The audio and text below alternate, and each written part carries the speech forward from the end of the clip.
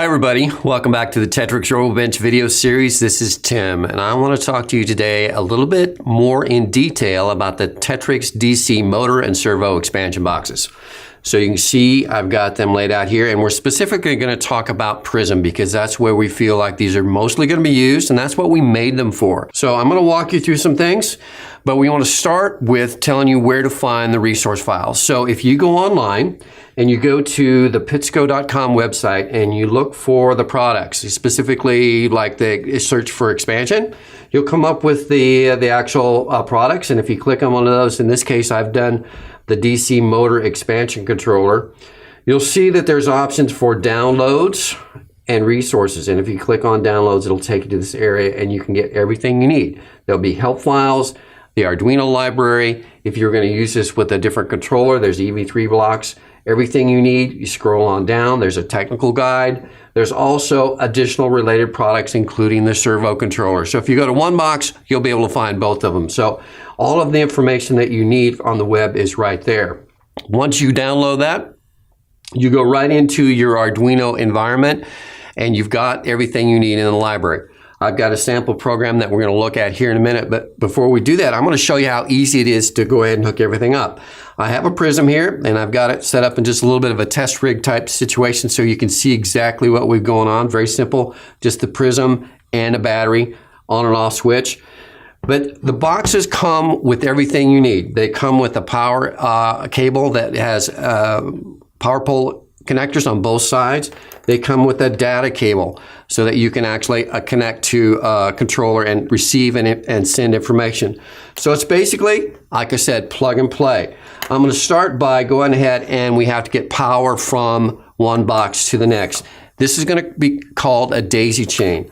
So actually all I have to do is plug in my power. Again, I've got power from my battery coming into my Prism, and then I'm going to take that right back out.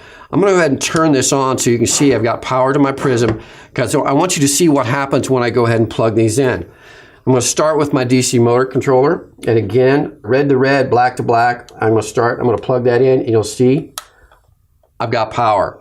So if I wanted to go ahead and add another box in my daisy chain, I can take that in my second wire, again, making sure that I've got red to red, black to black. And as I move this over to my servo box, we should be able to see the same thing. Now all of a sudden I've got power. So I've got three items in my chain, starting with my Prism, DC motor, servo controller, and I've got power to all three.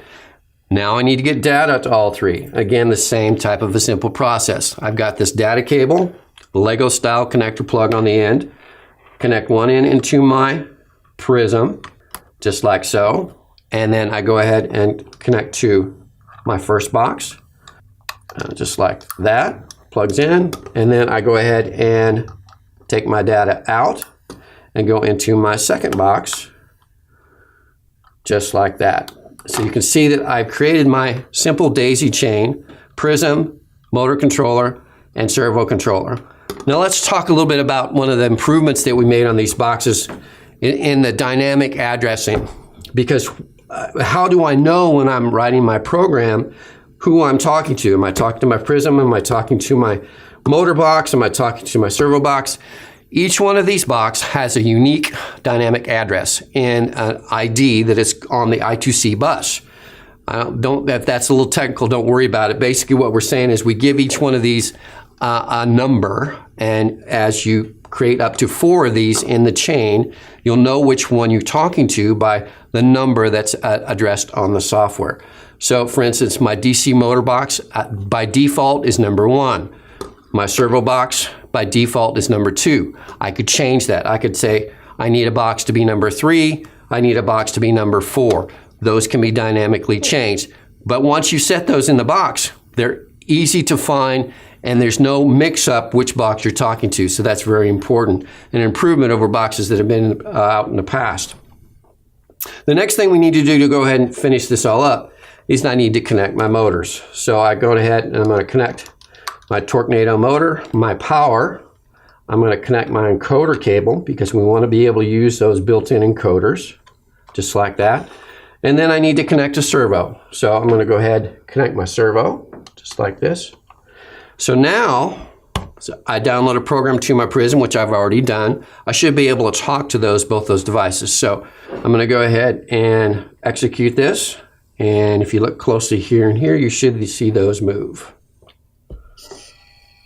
See, my motor's moving, my servo moved. So you can see, even though I'm not connected to my Prism through the outputs here, I'm connected here, and it all worked. So that's what the power that you get by using the actual expansion boxes. You can add to and build bigger robots, control more outputs with motors and servos, maybe even lights that allow you to create really those really cool additional robot projects. Let's look a minute in the software. In the software, we have an easy library that has been created with the expansion boxes right here, that we just add that object class that will allow us to talk to our expansion boxes. And then when we write our program, if you go down here, if I want to talk to the motor on my expansion ports, I've got a specific command that allows me to do that.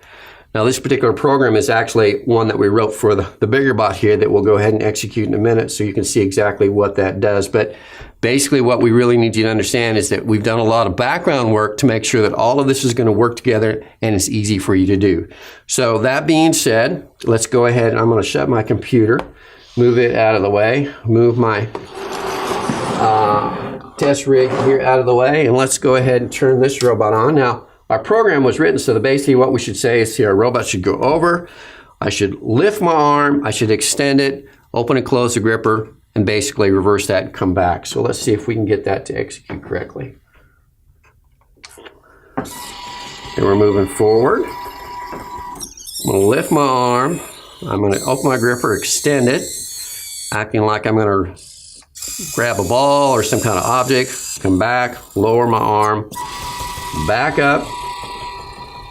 Let's do a little fancy spin so we can just show we can, and let's open our gripper. So that was a basic program that again is accessing the Prism and additional motors, so that I've got 4 motor control on there and servos as well. So I hope you can see how easy it is to use those expansion boxes with your Prism. They were designed in mind to work completely with the TETRIX building system, compatible in mounting, all of that stuff. So it makes one holistic system that works just perfectly together. So I hope you found that information helpful, and again, inspirational in the fact that maybe now you can think about some things that you might want to do in a bigger and more exciting robot. So like we always say, have fun, build some robots, come back and see us.